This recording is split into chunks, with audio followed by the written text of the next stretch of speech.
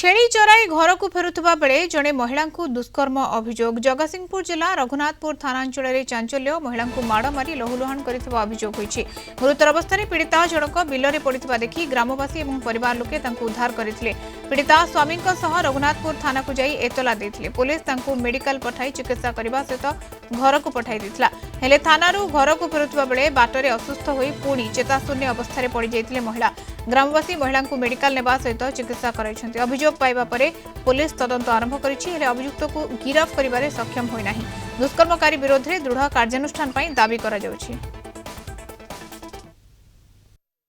काली मु 4टा बरे गाई पई जाउथली देखला गाई गाई फिटौली देखला बेलू से कौ से बण थला बाहर की गला मो आखि पड़गला पलि जाऊँ दौड़ी मत टेकी टेक नहीं बण मध्य फोपाड़ देला। फोपाड़ देकी मत कामुड़ा कामुड़ी करी मुझे आसी बसिली आसी से पड़ी से पलैला गाई नहीं उद्धार कले से गोटे जाहे आस झराझरी करके मत नहीं आइले से पिला ताना चगला थाना देलु थाना मेडिकल गलु सब देकी पठेले छाड़े कहले तुम जाओ तुम केमी जा कथा जा ना आम चलते स्वामी स्त्री चल चल के आइलु आगे शुणिले नहीं पचर फोन कला बेलू कहते आमको कहले ना आप तो कहले तुम जाओ केमी तुम आम चल चल जी दोषी कर पनिशमेंट दवा दरकार आमर सी झील सी स्वामी कहे मुझे रखी नहीं किंतु ताकू केमिति कौन आपन सेटा व्यवस्था करेंगे सेटा आपन को हाथ जोड़ी कहूँ आपन सेटा केमिति कौन करेंगे आपन सेटा विचार करेंगे किंतु आमर न्याय दरकार गाँव।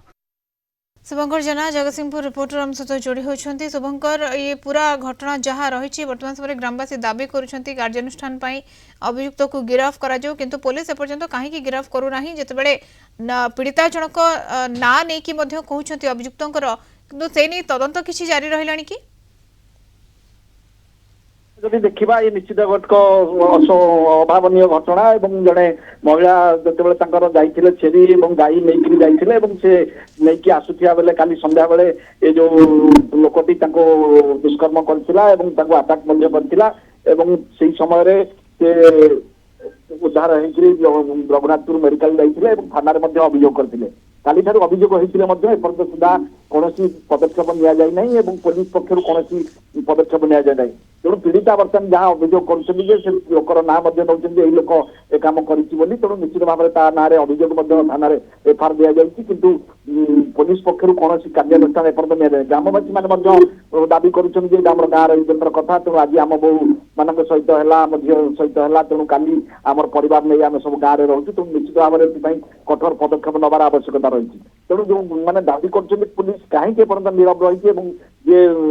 दुष्कर्मकारी जो लोक कहीं करूना तेणु थाना ठार 10 किलोमीटर दूर में गाँ अवस्थित तेणु काली ठार घटना घटला मैंने एफआईआर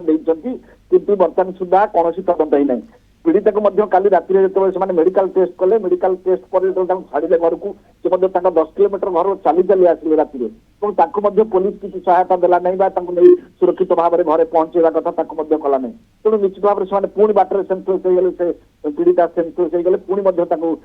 स्थानीय ग्रामवासी मैंने नहीं पहुंचेले मेडिकल पुणी ट्रिटमेंट कर पुणी राति आनी घर छाड़े तेणु जहाँ से बयान दौर पीड़िता जहाँ आमको जहाँ स्टेटमेंट देला निश्चित भाव में से लोक जी